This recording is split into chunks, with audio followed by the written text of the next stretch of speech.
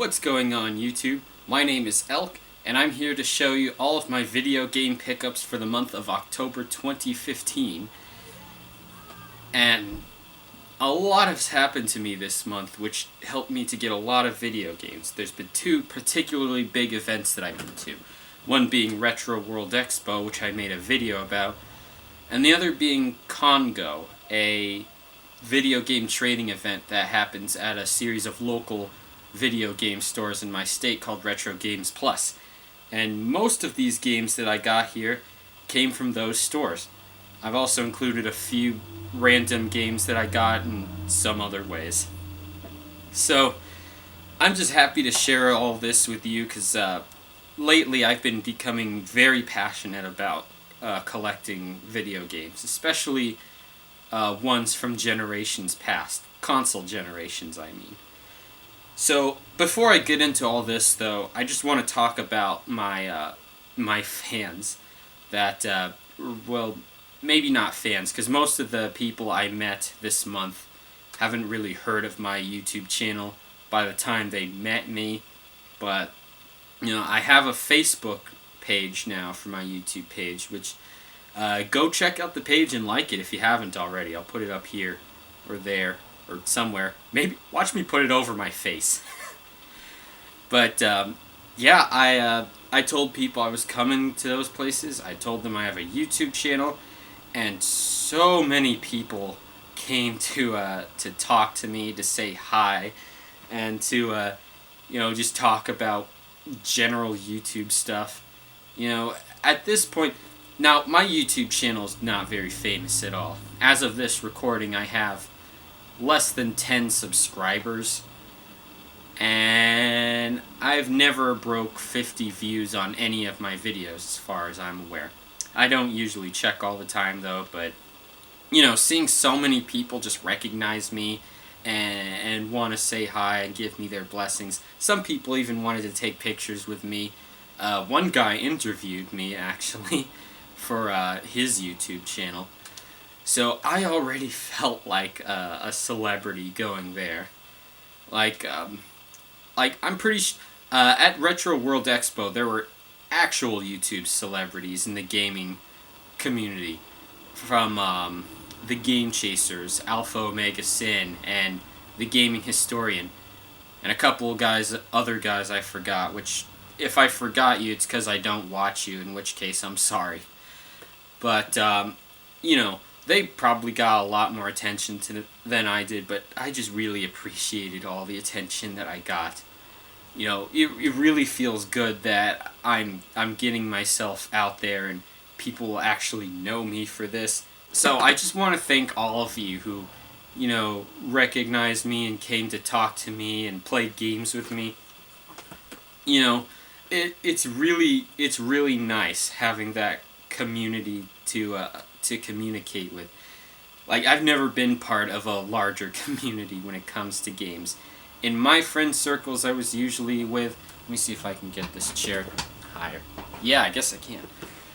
In the communities I haven't really been in any communities. For the longest time, I've been alone in my little video game fandom. I've always known people who loved video games, who loved playing video games, but nobody I knew loved them the same way I do. Not as much, but going to these events really showed me that it's a small world. There's a ton of people who are just as passionate, if not more so, about games than I am. And it's great to meet you all, and I just want to say, if you get into, if you're into collecting video games, you should be part of a larger community, because there's always going to be people out there who are going to want to help you. And also, do your part to help them as well. The thing about helping people collect games, you also help people trading games. Like, some of these games I obtained by trading other games that I have. And, as with everything else, that's all part of the laws of equivalent exchange, where in order to get something that you want, you have to give up something else of equal or greater value, which, yes, I'm aware I got that from the anime Full Metal Alchemist. So, that's all part of being friendly with your community. You help them, and you'll receive your just rewards in return, right? I also want to thank Alpha Omega Sin and the Gaming Historian for being such cool guys when I saw them. I got to talk with them for a while, not too long, but long enough to get them on video. They are really, really cool people. They really are.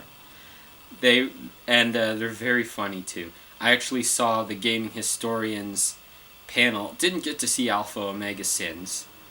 Maybe some other time, Alpha, but it was really great to be able to meet those two, and I really do hope that there's a day that I can consider myself on equal ground with Alpha Omega Sin and the Gaming Historian as YouTubers, based on the just the kind of subscribers and viewer numbers that we get. Needless to say that at the time of this recording, they have a lot more viewers than I do, so a lot more people know them. Maybe if I keep this up long enough, and I continue to be as passionate about it as I am, maybe I'll get to be equals with them. And I would love that. And I would love to be able to talk with people like that a little more often and be bigger friends with them. But for now, I'm just focusing on doing what I do and just being part of the community that I'm already in. So, don't rush things, right? I'm not in this to try and rush things, For YouTube, I'm not just doing this to be famous. I haven't told people this, but, I hope that some of you appreciate what I do more after hearing this, but YouTube is a hobby for me, right? It's always been a hobby. So I was just playing games on YouTube for the fun of it, I wanted to do something on YouTube. Like a long time ago, I wanted to do video game reviews, but I actually tried that before. I didn't think I could make good reviews. Didn't know how I could stand out from the dearth of other reviewers on YouTube. Is dearth the right word?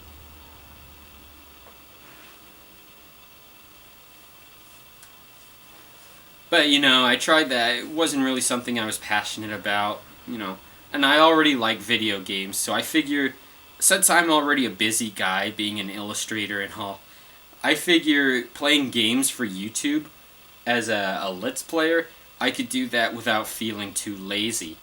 And also that it would be an excuse for me to be able to share my games, see? Because I don't just collect games for myself. I love to share these games with other people however I can. And that's the nice thing about the age we live in, is this just provides us another way to be able to do that. So that's great. Now, I'm not doing this to be famous, as I said. It's just a hobby, and I'm certainly not doing this to make money either, just to make money. I mean, I'm not against making money on YouTube, but I see this as more of a way to make side cash, and with the views I get right now, I can't really make a dime off it yet, so after a while, when I become more famous, then I'll start monetizing videos, but, so enjoy being able to watch my videos without ads while you can. Yeah. But enough mushy stuff. Let's get on with the games, because I know that's why you clicked on this video. I mean, heck, it's in the title, it's in the description. Some of you probably clicked to skip all the mushy stuff, and if you did, that's fine. Let me just reset my camera so it doesn't cut out on me again.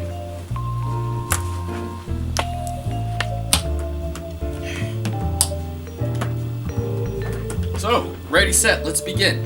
And, let's see. I guess I'll just start these in no particular order. But I want to start with 3 of the funniest games that I got, all for the Sega Mega Drive. These are actually bootleg games. So I have Pit Fighter, I have Will, I have Whip Rush, and I have Golden Axe 2.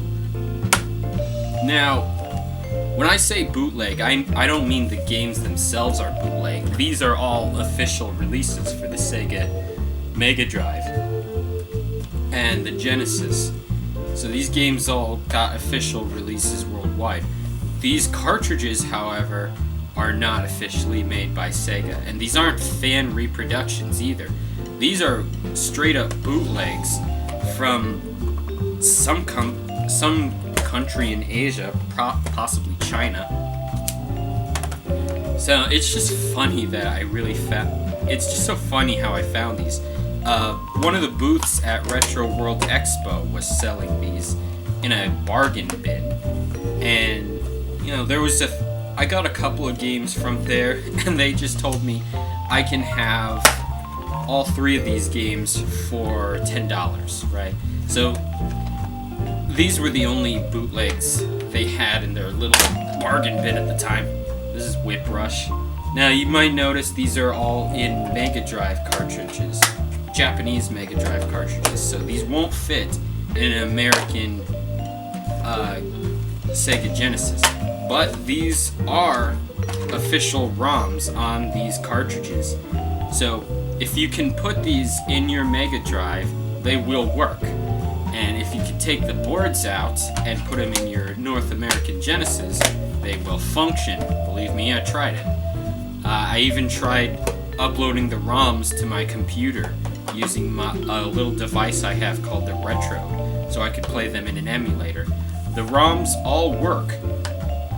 Now, funny enough, Whip Rush, this is, the ROM in here is the Japanese version, so all the text is in Japanese, but I know this got a US release.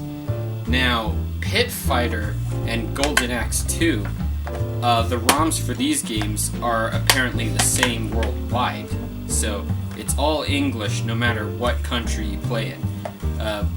For all intensive purposes, this may as well be the US release of Golden Axe 2. But I have some these things won't even close right. Silly China with your bootlegs. Speaking of bootlegs, I have here some reproduction cards. Now, these, I don't know who made most of these. I don't even remember what booth I got this one at. This is Curse. You may remember I showed this in my Retroworld Expo video, where I was checking out the arcade and console gaming area. Now, Curse is a side-scrolling shooter, and I believe this was a launch title for the Mega Drive in Japan, or maybe it wasn't a launch title. I think it was 1989 when it came out. It's a kind of interesting, kind of by the books though. I don't really find it all that interesting, to be honest with you. I mean, I played it. It's fun, it's pretty cool.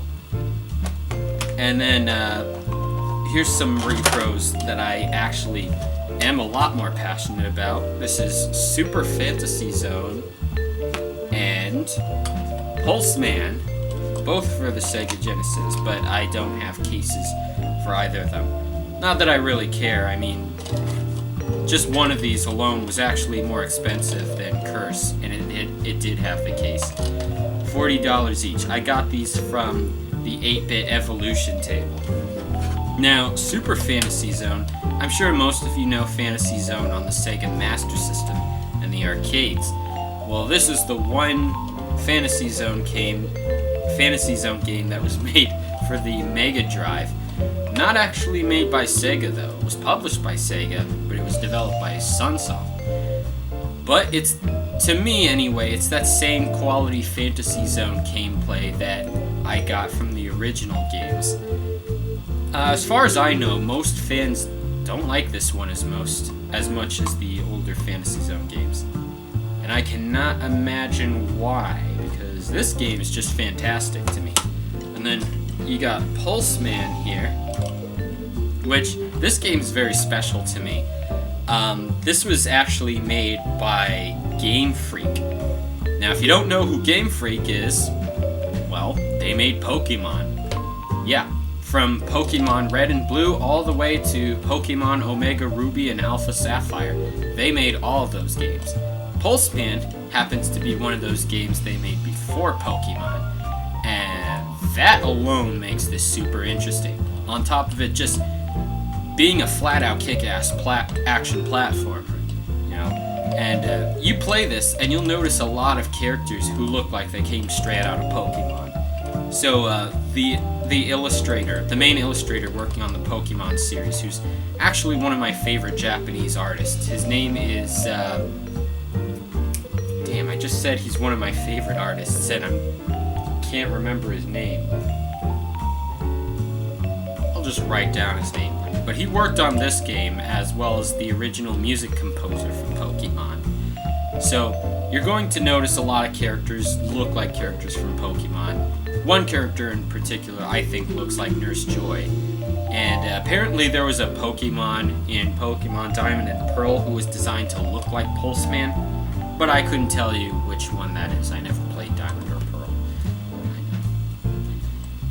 So, interestingly enough, Pulseman and Super Fantasy Zone are actually both available on the Wii Virtual Console, even in North America. So you could still buy them there if you want. Now, and another thing I forgot to mention about Pulseman. Apparently, even though this game never came out in the US or even in Europe, it did have a brief US release on the Sega Channel.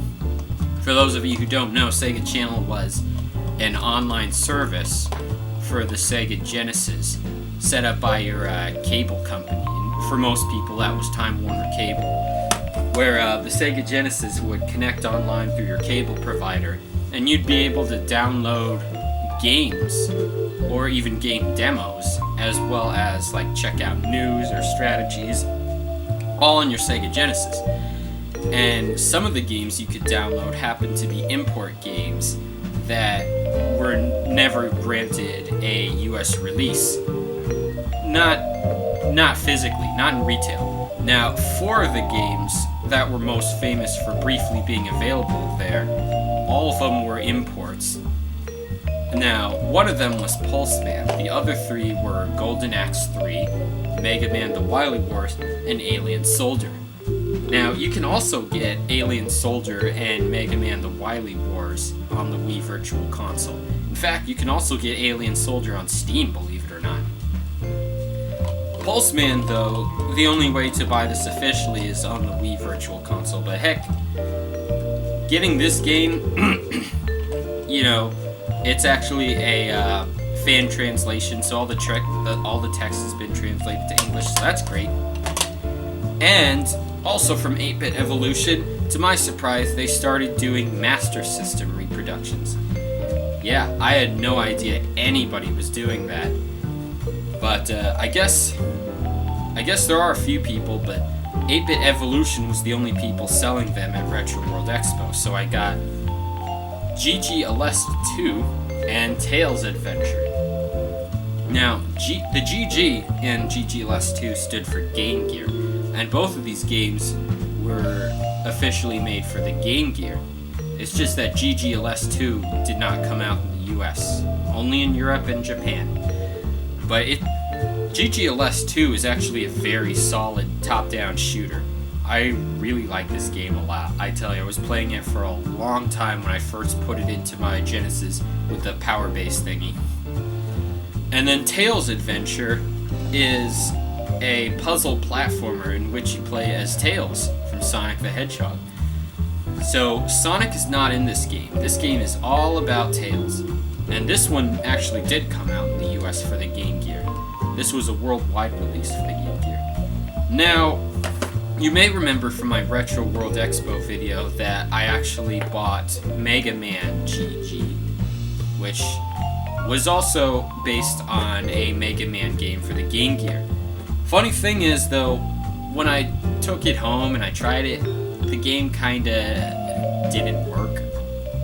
Yeah, the strange thing about the ROM hack that came from Mega Man G, just like Tails Adventure and GG Aleste 2, they were Game Gear games ported over to the Master System by fans. Mega Man is no different from that. However, the ROM hack for Mega Man GG, as of this recording, is still work in progress. And in its current form, you cannot actually start the game with the start button. I don't remember how it works, but you have to, press the start button and up on the D-pad on the second controller or something in order to actually start the game. So the game actually ran, you just couldn't play it. So I got into contact with 8-Bit Evolution. I just told them that I was at Retroworld Expo, I bought the game from them, it wasn't working, and they said they would replace it. Now, before I was able to actually send the game back to them, I actually did some research and I found out the situation with the ROM hack. And I contacted them again and told them about the ROM hack. So I asked if I could exchange it for a completely different game instead. And they said, sure, go ahead. So I picked Tails Adventure, right? I did some research on the ROM hack for Tails Adventure, and that game actually had a more complete ROM hack. So they gave it to me as a free replacement. So I just want to let you know right now that 8-Bit Evolution, they do some really good work making fan reproduction cards for video games, and they have a lot more on their website and their Etsy page than they've had since Retroworld Expo. So feel free to buy some of their games. As far as I'm aware, GG, LS2, and Tails Adventure are on their Etsy site. Mega Man GG is not. I've already warned them